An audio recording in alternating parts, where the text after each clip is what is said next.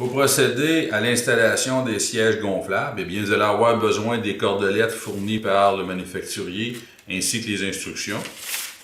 Puis, vous allez avoir besoin du premier siège. On voit qu'il y a deux places pour venir le raccorder.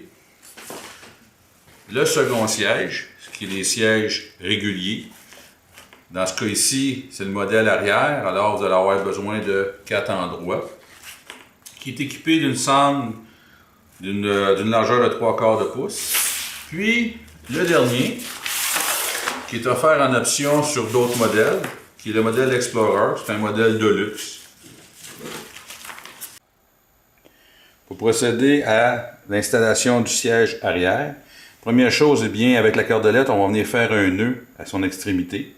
Venir l'insérer sur la bande intérieure de l'embarcation, tirer dessus, puis venir placer notre siège dans la bonne position, s'assurer que la soupape est bien située en dessous du siège. Et là, on vient l'insérer la cordelette à l'intérieur de la bande perforée ici.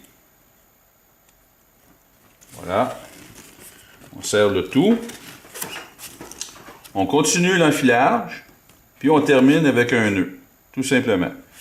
On fait la même chose pour les trois autres, et le travail est terminé pour le siège arrière.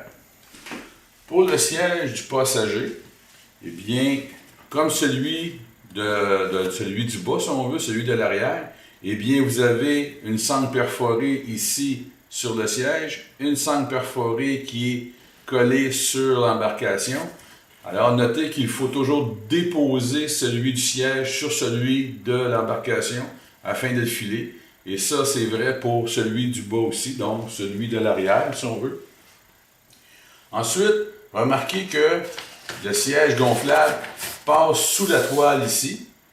Eh bien, pour la bonne et simple raison que cette toile-là est conçue pour venir appuyer le siège de façon à ce qu'on puisse laisser un espace libre pour pouvoir ranger plus de matériel lorsqu'on voyage en solo.